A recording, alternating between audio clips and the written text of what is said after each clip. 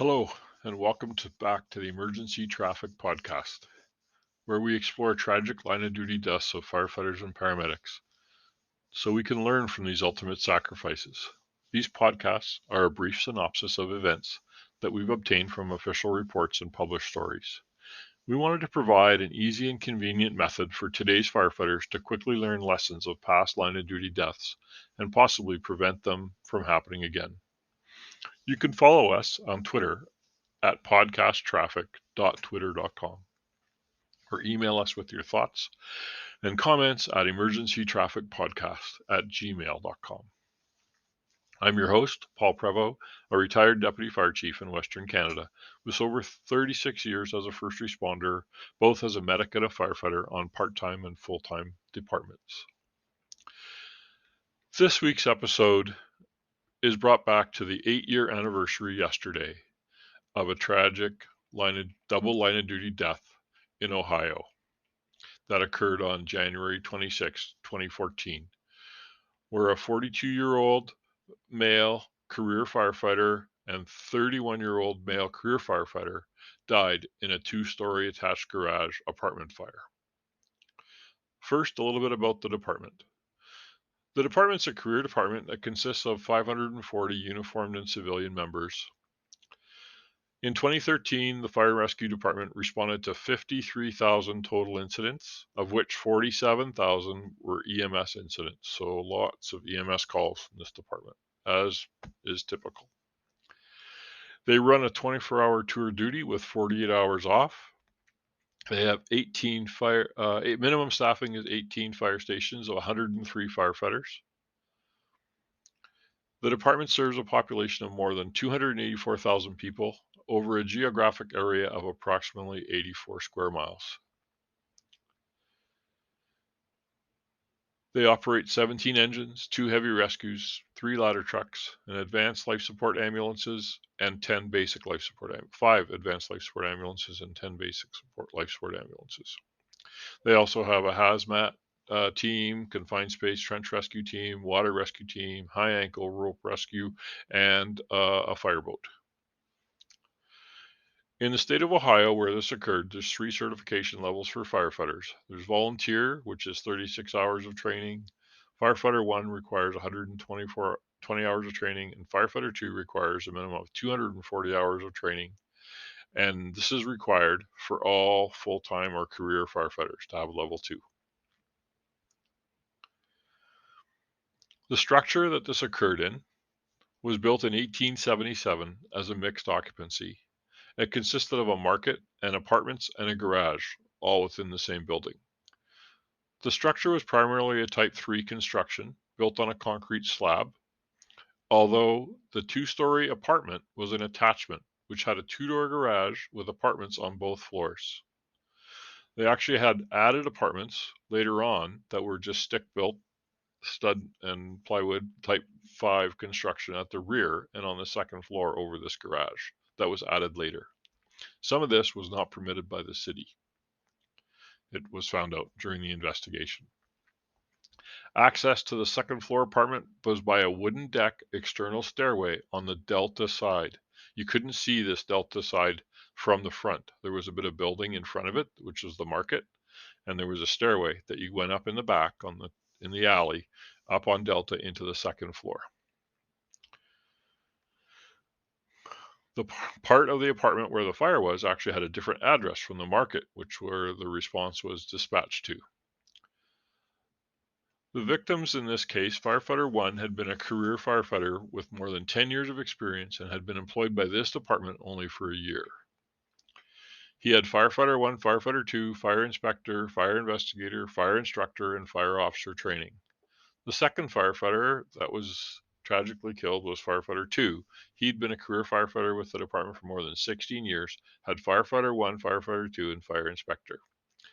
The incident commander, battalion chief, had more than 21 years of experience with the department, and he had Firefighter 2, Fire Inspector, and Fire Officer training. Did I mention the structure was built in 1877? So it was quite an old structure, had been added to and modified many times.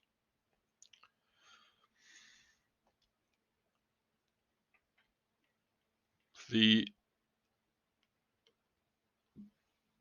On January 26, 2014, with a temperature of 22 degrees and a wind of 13 miles per hour, the 42-year-old male career firefighter and a 31-year-old male career firefighter died in the two-story attached apartment building. Engine 3, Engine 13, Rescue 13, Engine 6, Engine 17, and Truck 17 and Battalion Chief were all dispatched to a structure fire with reported people inside the building. Battalion Chief reported smoke showing when he was 2 blocks away and indicated it was a working fire as he drove by on the Delta side. Engine 3 was the first on scene, followed by Engine 13. Engine 3 pulled up in front of the attached garage apartment, which was the Alpha side. The driver and operator of Engine 13 hand-stretched a 5-inch supply line about 200 feet to Engine 3 from the hydrant on the corner. Battalion Chief 1 parked his vehicle at the intersection and walked east to the front of the building. Battalion Chief 1 assumed command and gave an updated address to the attached garage with the apartments above. Smoke was showing from the garage apartment that was structurally attached to the initially reported address. Command assigned Engine 3 as fire attack on the Alpha side. Engine 6 was dispatched as a third due engine. As per department policy, Engine 6 would be the rapid intervention team. However, because Engine 6 arrived with an acting officer and 2 probationary firefighters, Command reassigned Engine 6 as fire attack on the Charlie side. Engine 17 was reassigned as RIT. Truck 17 pulled past Engine 3 in the front and was assigned to open up the roof. Engine 13 was assigned with search and rescue. Command was informed by an occupant at the scene that all occupants were out of their apartment, but there was a dog on the second floor. So, summary, we have Engine 3 on the Alpha side right in front. They end up laddering to the second floor window. There's no access to the apartments from the Alpha side, just the 2 garage doors and 2 windows for the apartments. Truck 17's on the corner. Engine 13 is going to be RIT. They haven't hooked up to anything. They assisted with the water supply to Engine 3. Battalion 1 had parked over on the far corner and walked to the front of the incident, and Rescue 13 had parked their rig out of the way, and Engine 6 was in the back in the alley working up the Delta side entry to the second floor apartments, and the entrance for the bottom floor apartment behind the garage was also on the Delta side. The apartment appeared to be vacant and had no access to the fire building. There appeared to be no access to the second floor apartments via Alpha. I just said that.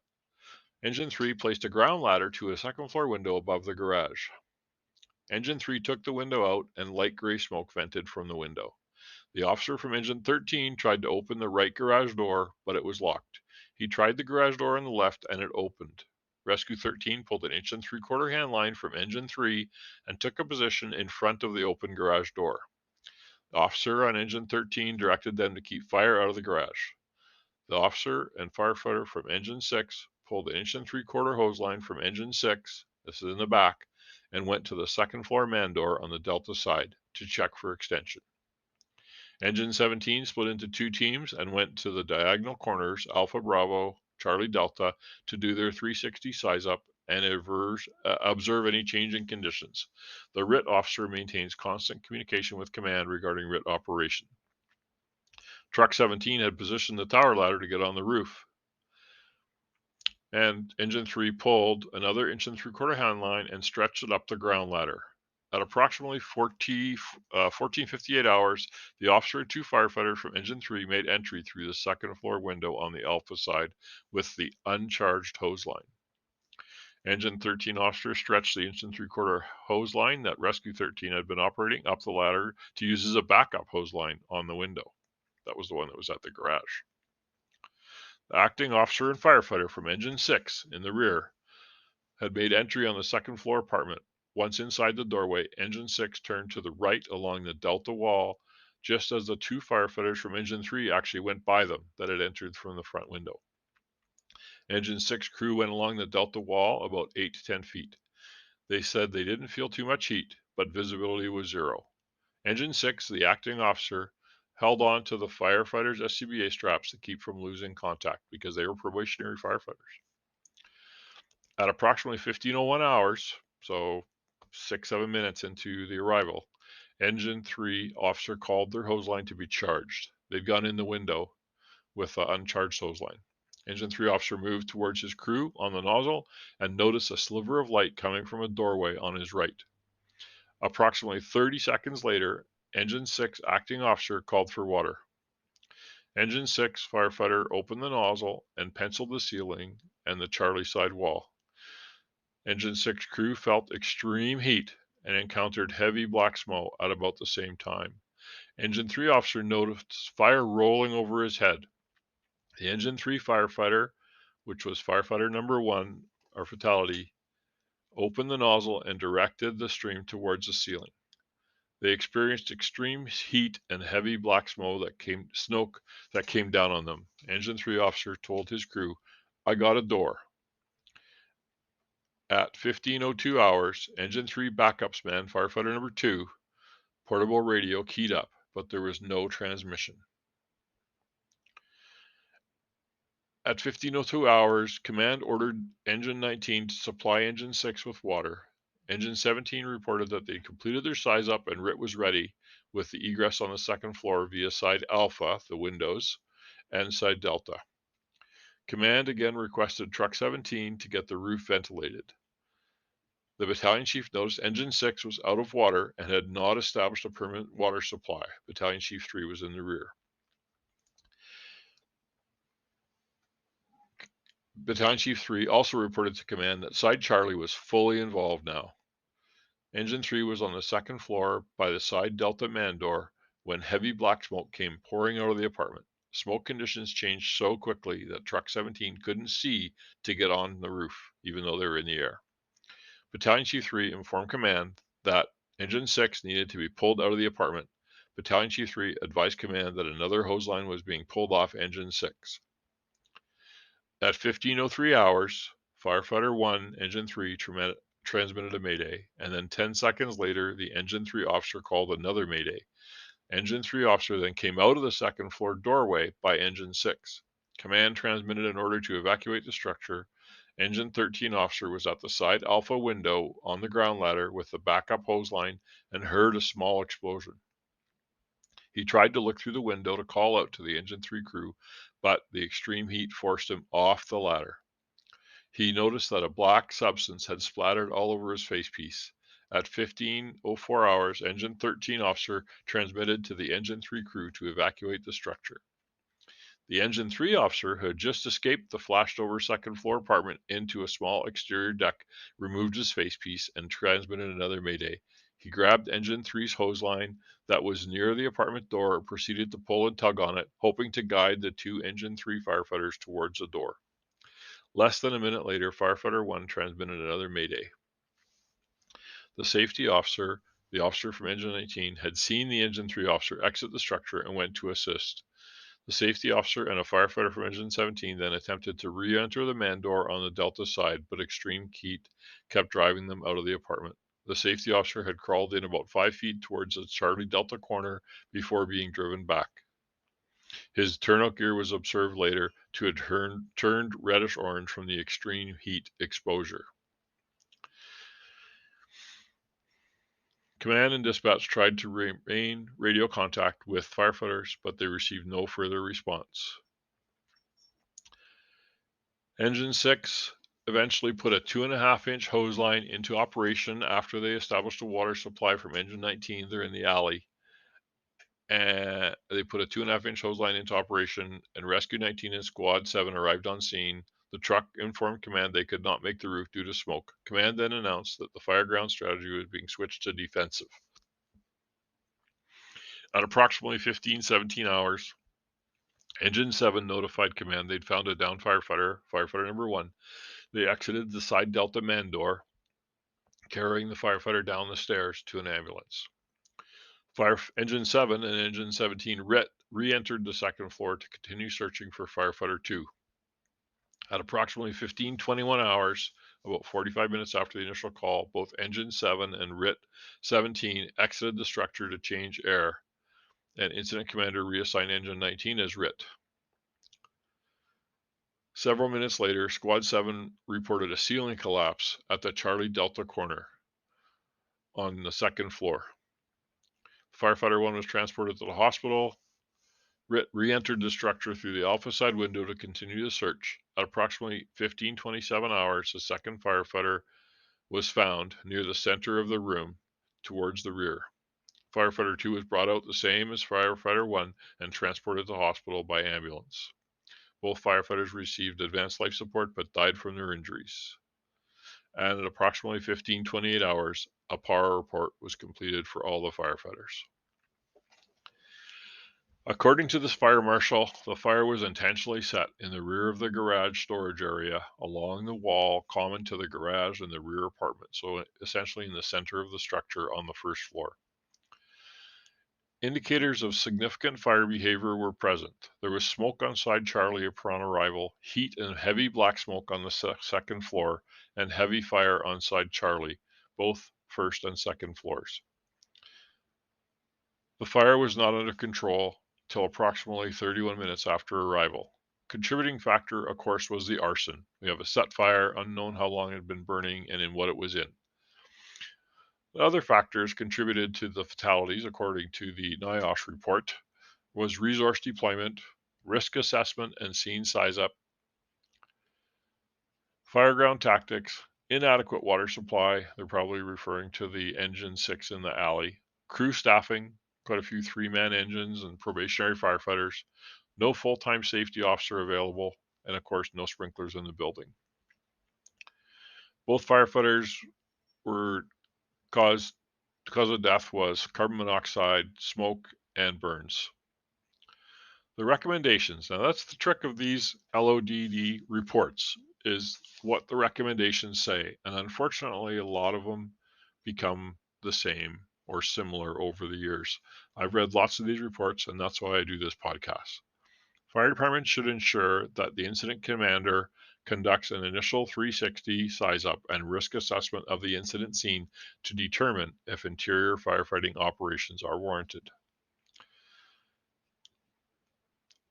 Unless an obvious life safety exists, visible victims requiring immediate assistance, interior firefighting operations should not be considered until a report from the Charlie side is received and an interior attack was warranted.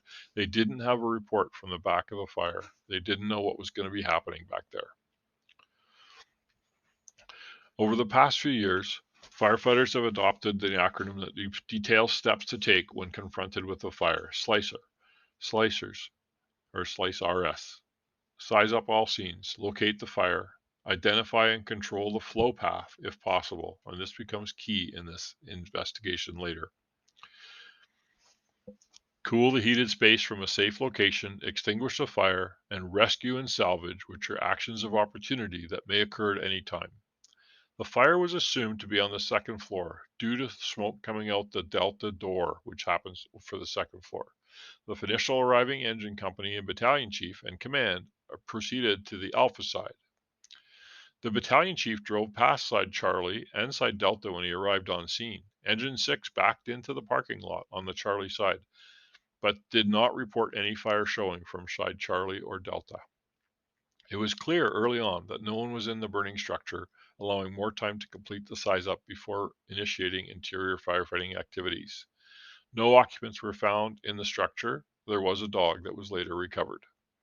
A thorough size up of the Delta side first floor may have indicated that the fire originated on the first floor, and the Delta side man doors would have been an option for initial entry for both the first and second floors. They didn't use the Delta side first floor door.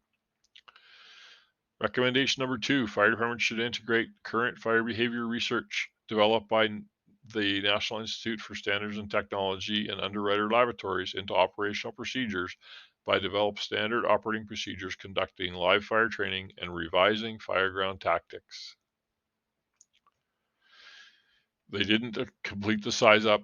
Ventilation needs to be managed and controlled to limit fire growth and spread, to control the flow path and inlet air and fire gases during tactical operations. Ventilation must be coordinated with suppression activities. Uncontrolled ventilation allows additional oxygen into the structure, which may result in a rapid increase in the fire development. This is right off the NISC and UL research. A fuel-rich environment that the fire service operates in today, water should be applied to the fire as soon as possible. In many cases, water application through an exterior opening to a compartment may be the best first action prior to committing resources to the interior. Rapid intervention should be updated to provide water on the fire as soon as possible, and ventilation opens need to be controlled, which we talked about. Recommendation number 3, fire departments should ensure all fireground ventilation is coordinated with firefighting operations. At this incident, the wind was greater than 10 miles per hour, which is a threshold according to UL-NIST research for wind-driven fires. It was blowing directly onto the Delta side into an open apartment door on the second floor. The fire officer of Engine 3 determined the window on the Alpha side provided the best access to the second floor apartment. Command had directed Engine 6 to stretch a hose line to the second floor on the side Delta. The officer from Engine 13 was directed to gain access to Division 1 through the garage doors. He was unable to open the right one, able to open the left one. These openings created a second ventilation opening. Division 1 was the area of origin of the fire and the seat of the fire. Opening the garage door allowed air to flow directly into the seat of the fire. Shortly after the officer from Engine 13 opened the garage door, a firefighter from Engine 3 climbed the ground ladder, knocked out the second-story window on the Alpha side.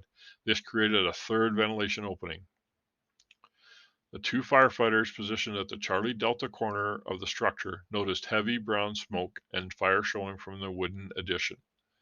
The firefighters walked over to the door on Division 1 side Delta and opened it, thereby creating a fourth ventilation opening.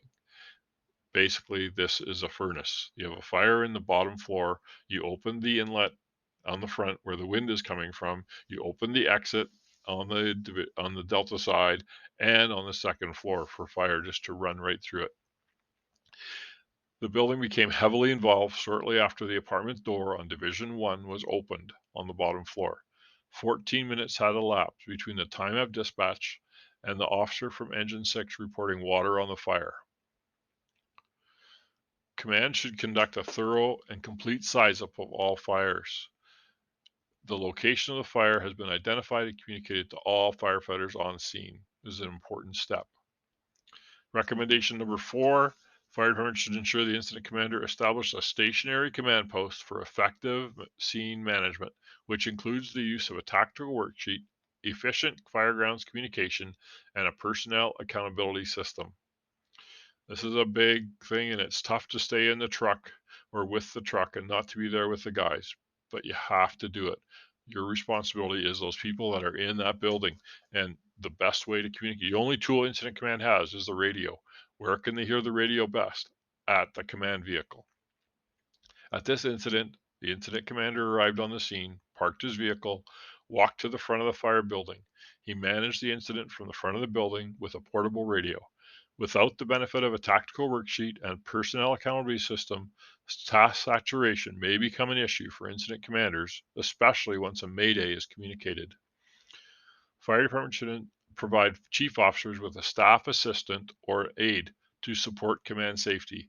This chief was on his own, standing in front of the building with his radio, looking at what he could see from the Alpha side, which most of the action was happening on the Charlie and Delta sides. This incident commander did not have the benefit of a staff assistant to manage personnel accountability and assist with communications and the tactical worksheet. This may result in task overload for incident commanders. Recommendation number 6, fire department should ensure that all companies are staffed with an officer on the fire ground. Remember, this incident, 2 different engine companies were staffed with firefighters assigned as acting company officers. Their experience in terms of fireground operations was minimal, as the firefighters had been primarily engaged in medical EMS services for the past 2 years. A third of the members assigned to the Fire Field Operations Bureau had less than 2 years of job experience. They require their fire officers, any company officers, to spend 12 hours a tour on a rescue transport as per the collective bargaining agreement. These factors may have played into the incident. Fire officers, recommendation number 7. Fire departments should ensure that driver pump operators are trained and certified to provide sufficient water supply and fire flow on the fire ground. At this incident, a permanent water supply was not established in a timely manner for a working fire on the Charlie Delta side. Recommendation number 8. Fire departments should use thermal imaging cameras during firefighting operations. At this incident, Truck 17's crew took the thermal imaging camera to the steps of the building on the Delta side and set the tick down on the steps. The tick was never used for firefighting operations or RIT operations at this incident. Fire departments should ensure that the incident commander assigns a safety officer as early in the incident as possible. At this incident, the IC was limited in his ability to assign a safety officer to arriving officers since most of the companies had rookie members, thus requiring the need for officers to remain with their crews. Rookie members should always be accompanied by their officer on the fire ground. So this was a problem. No safety officer. Safety officer might have seen this flow path issue. Safety officer might have discovered the fire was on the main floor, and therefore the danger of being above the fire if the ventilation wasn't controlled. Recommendation number 10. Fire departments should ensure that interior attack crews always enter a hazardous environment with a charged hose line, especially in 1 or 2-story structures. Modern fire environment can change rapidly. Modern fuel loads have changed, and our industry standards do not permit entry into this environment unless we're properly protected, except for quick life-saving situations where you have to make a grab. A dry hose line shouldn't be charged if you can't see it due to the smoke. They said heavy smoke, no visibility. The heat wasn't too bad, the smoke was terrible. It should be charged prior to this point. This allows you to see any object your hose might get caught up on when you're in a smoke-filled environment, wedged on a door, around a corner, or whatever. It ensures you don't get caught in rapid fire progression event without a charged hose line to protect yourselves. Engine companies deploying hose lines need to know the warning signs of a flashover or rapid fire protection: pressurized dark smoke, high heat, rollover, a lowering thermal layer, and superheated air or pyrolysis. In this incident, Engine 3's crew made entry into a smoke-filled environment with an uncharged hose line from the window on the Alpha side of the second floor. Of course, sprinkler systems mentions that as a recommendation, should consider requiring sprinkler systems to be installed because of the mixed occupancy, because it was a market, a garage, and apartments that potentially would have protected the apartments above. These recommendations are only pointed out as a method to something to think about when you're operating on your fires. That's why I do these reports, is these recommendations are often repetitive, and hopefully this helps you to understand and relate to an incident that happened 8 years ago where 2 firefighters doing their job, go into a fire, ended up perishing in the event somewhat due to actions that were taken during the event. Thanks for listening to the podcast, and I look forward to doing another one soon.